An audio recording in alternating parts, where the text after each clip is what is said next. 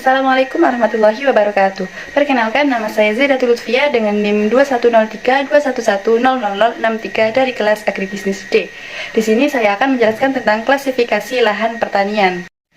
Klasifikasi tanah memiliki berbagai macam pengembangan, baik yang dikembangkan oleh pakar atau ilmuwan maupun oleh lembaga berkaitan. Contoh klasifikasi tanah yang dikembangkan oleh para ilmuwan diantaranya adalah klasifikasi tanah yang dikembangkan oleh Rais 2007, Harjowigeno 2002, Surveystab 2003, dan masih banyak contoh lainnya. Sedangkan untuk pengklasifikasian tanah di Indonesia sendiri dikembangkan oleh USDA atau United States Department of Agriculture, FAO atau UNESCO, dan Pusat Penelitian Tanah PWT Bogor.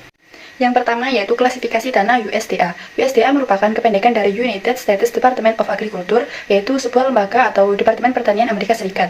USDA mengembangkan pengklasifikasian tanah yang dikenal dengan soil taxonomy, di mana sistem ini menggunakan 6 kategori dalam pengelompokannya. Yang pertama yaitu ordo tanah atau order. Ordo tanah dapat dibedakan atas dasar ada atau tidaknya horizon penanda serta jenis dari penanda horizon itu sendiri. Contoh yang menunjukkan ordo tanah, sebuah tanah dengan horizon argilik serta memiliki atau berkejenuhan basah lebih besar 35% termasuk kategori ordo alfisol. Kemudian ordo tanah dengan horizon argilik serta memiliki atau berkejenuhan basah kurang dari 35% termasuk ke dalam kategori ordo ultisol. Yang kedua yaitu subordo tanah. Apabila ordo tanah dilihat berdasarkan ada tidaknya horizon, sedangkan untuk subordo ini yang menjadi alat ukur atau penanda ialah genetik tanah. Sebagai contoh ialah ada tidaknya sifat-sifat tanah yang berhubungan dengan pengaruh vegetasi, air, batuan, induk, serta kelembapannya. Sedangkan untuk pembeda subordo untuk tanah ordo histosol atau tanah liat dilihat dari tingkat pelapukannya.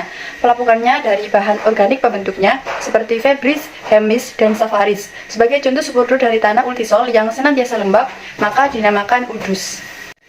Yang ketiga yaitu kelompok tanah. Kelompok tanah atau dalam bahasa Inggrisnya grid group ditentukan berdasarkan tingkat perkembangan tanah, regim suhu, susunan horizon, jenis tanah, kelembapan, kejenuhan basah, serta ciri lainnya. Contoh dari sebuah nama pengelompokan tanah adalah Fragiodult yang merupakan sebuah lapisan tanah yang rapuh.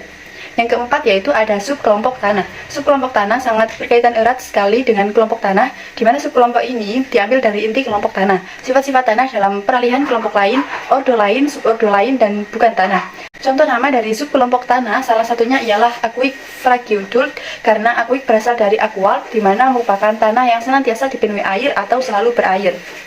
Yang kelima yaitu famili tanah. Famili tanah berkaitan erat dengan sifat-sifat tanah itu sendiri, pertanian, susunan mineral, sebaran besar butir, serta suhu pada kedalamannya sebagai pembedanya. Contoh penamaan famili yaitu Aquik Fragiodult, Kaolinitik, Isohipertermik, berliat halus. Yang terakhir yang keenam yaitu seri tanah. Subordo satu ini dibedakan berdasarkan beberapa jenis, diantaranya susunan tekstur, struktur, warna, rekahan pada tiap horizon, sifat mineral pada tiap horizon, serta sifat kimia pada tanah.